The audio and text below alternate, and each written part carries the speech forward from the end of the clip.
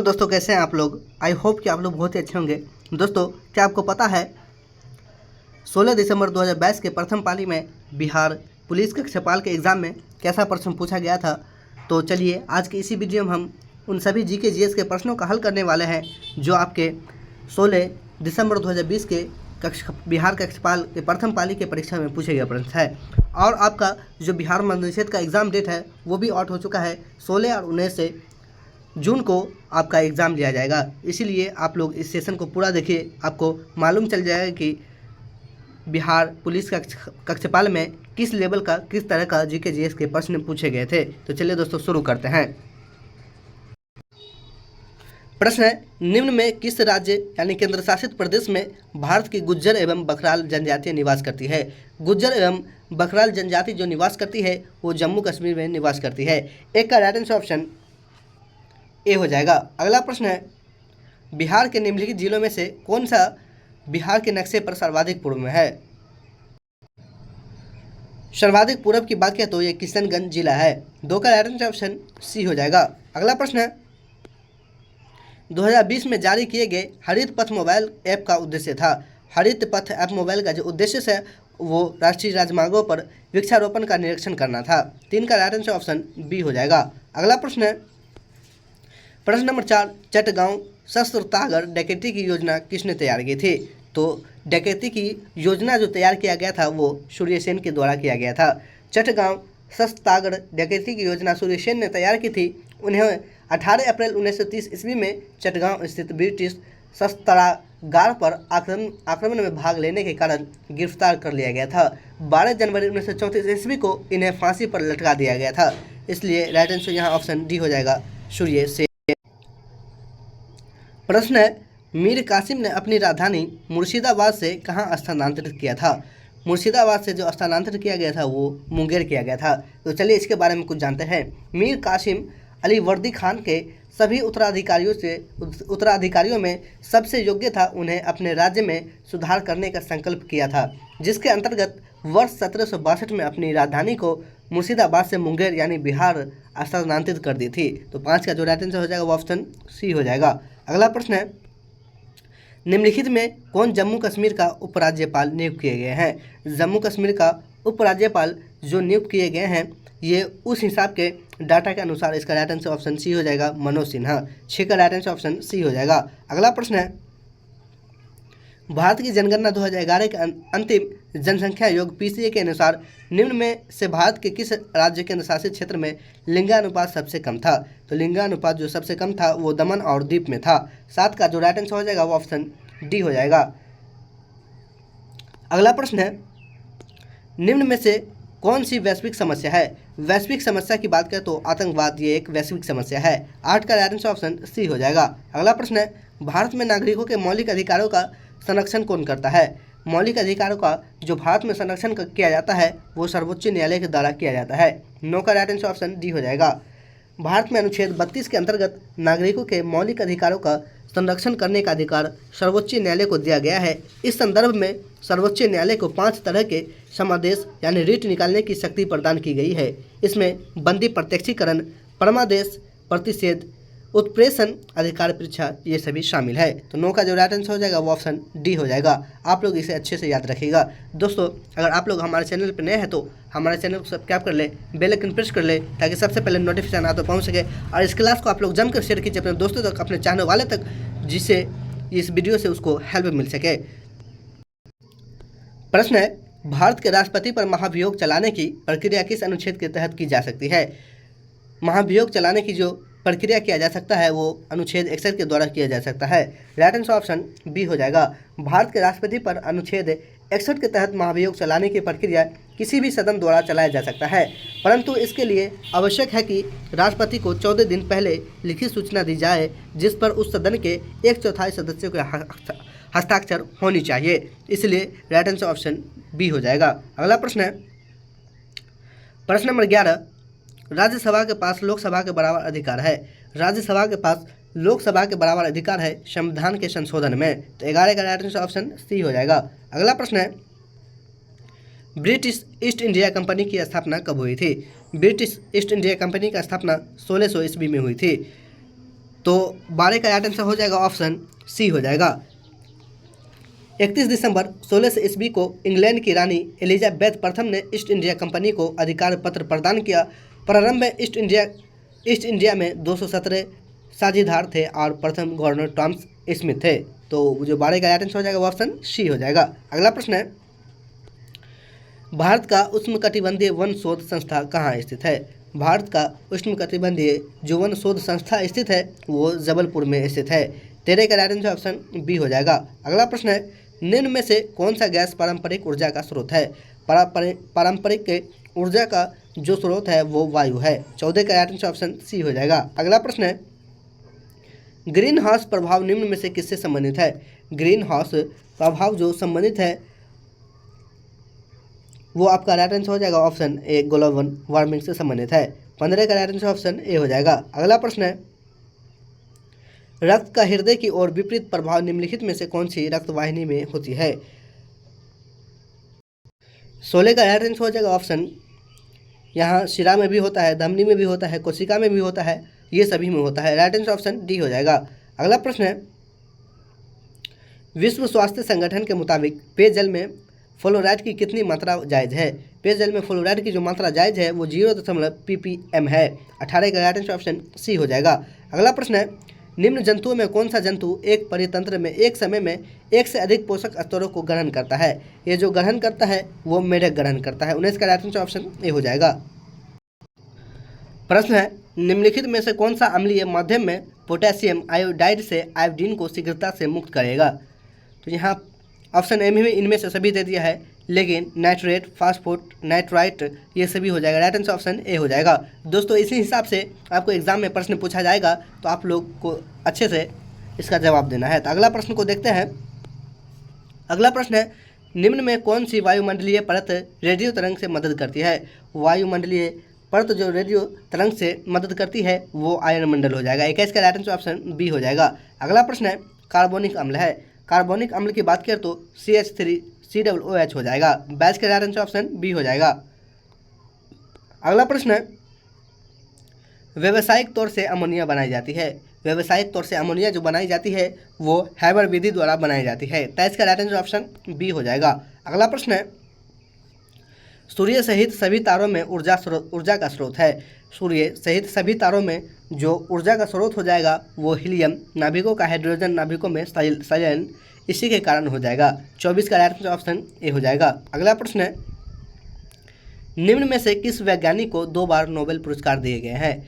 2 बार Nobel पुरस्कार जो दिए गए हैं वो मैरी क्यूरी को दिया गया है। 25 का राइट आंसर ऑप्शन सी हो जाएगा। मैरी क्यूरी को 2 बार नोबेल पुरस्कार दिया गया है। मैरी क्यूरी को एक बार रेडियो सक्रियता की खोज फ्रेंच वैज्ञानिक हेनरी बेकलर, पी क्यूरी एवं एम क्यूरी यानी मैरी क्यूरी ने किया था। इस खोज के लिए इन तीनों को संयुक्त रूप से नोबेल पुरस्कार मिला।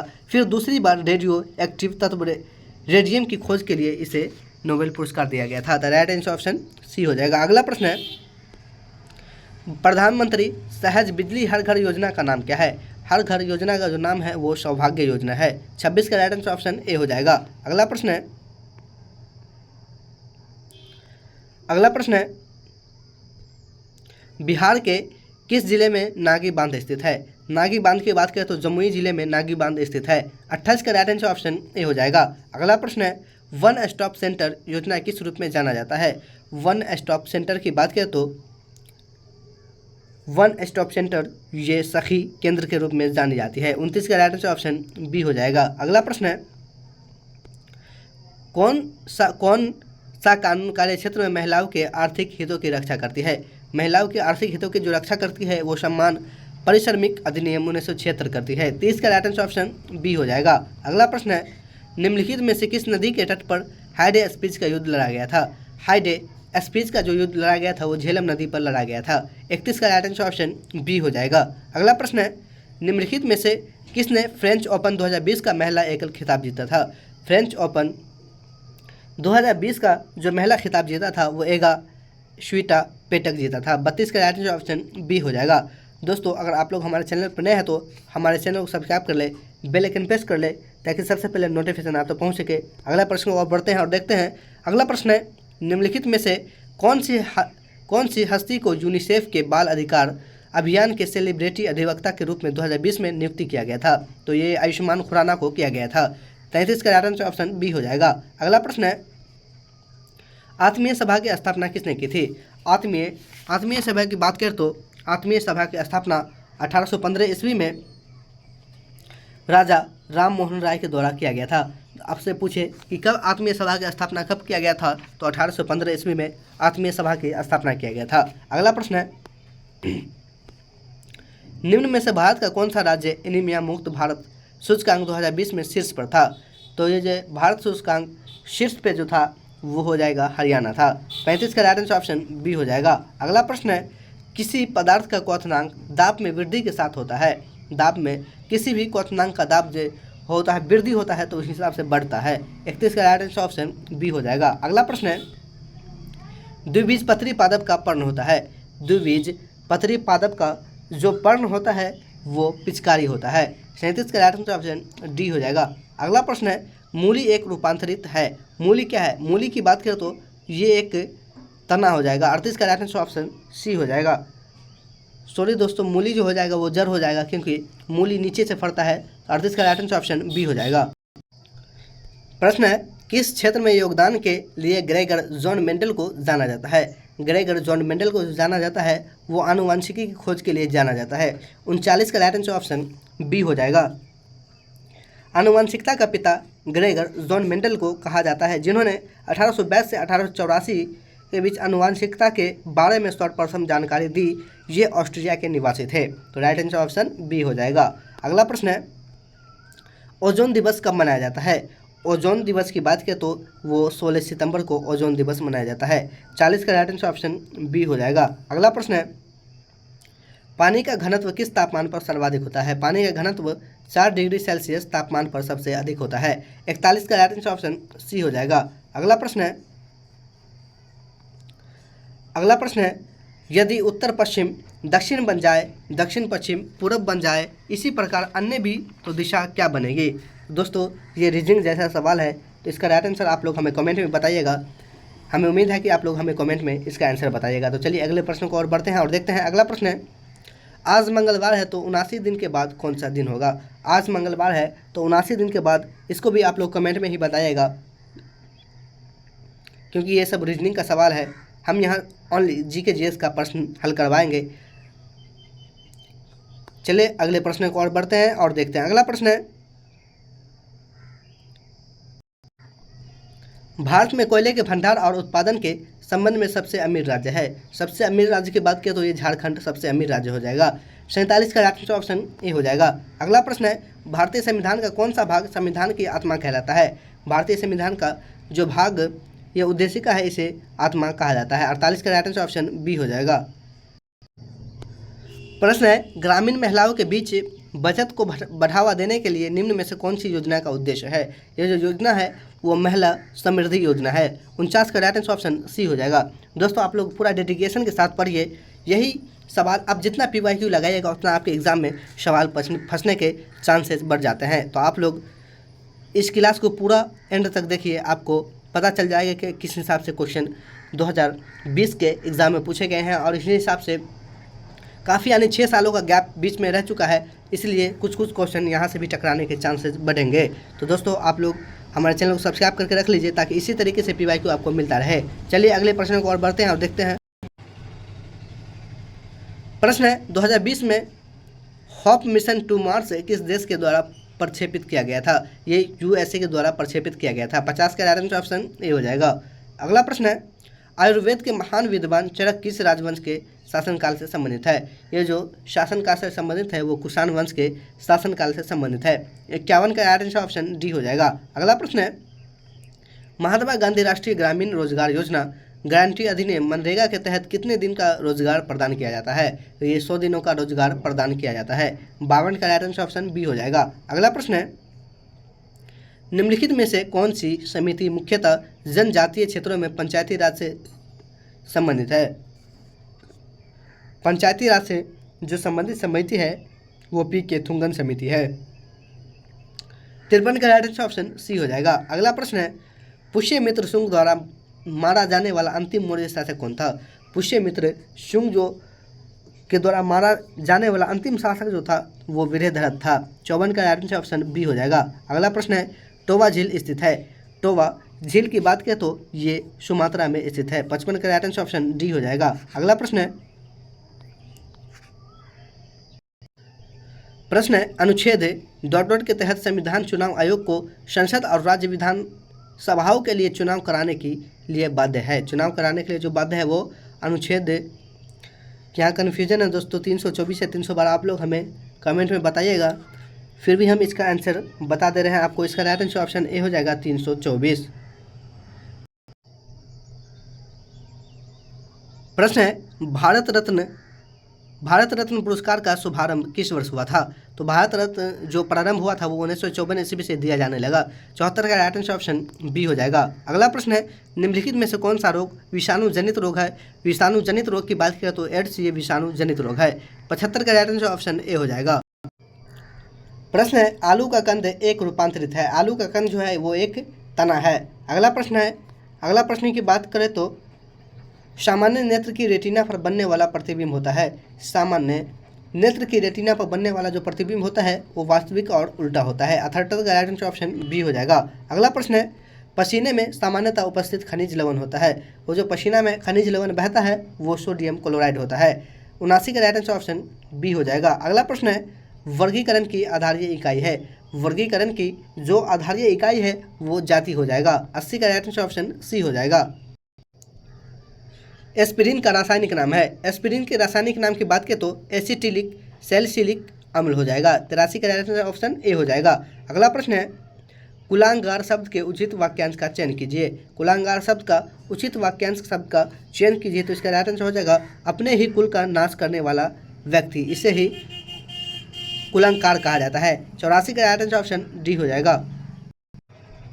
प्रश्न है, तत्कालीन मद्रास से प्रांत के भाषाई पुनर्गठन के बाद एक अलग आंध्र राज्य का गठन किस वर्ष किया गया था? आंध्र राज्य का जो गठन किया गया था वो 1952 में किया गया था।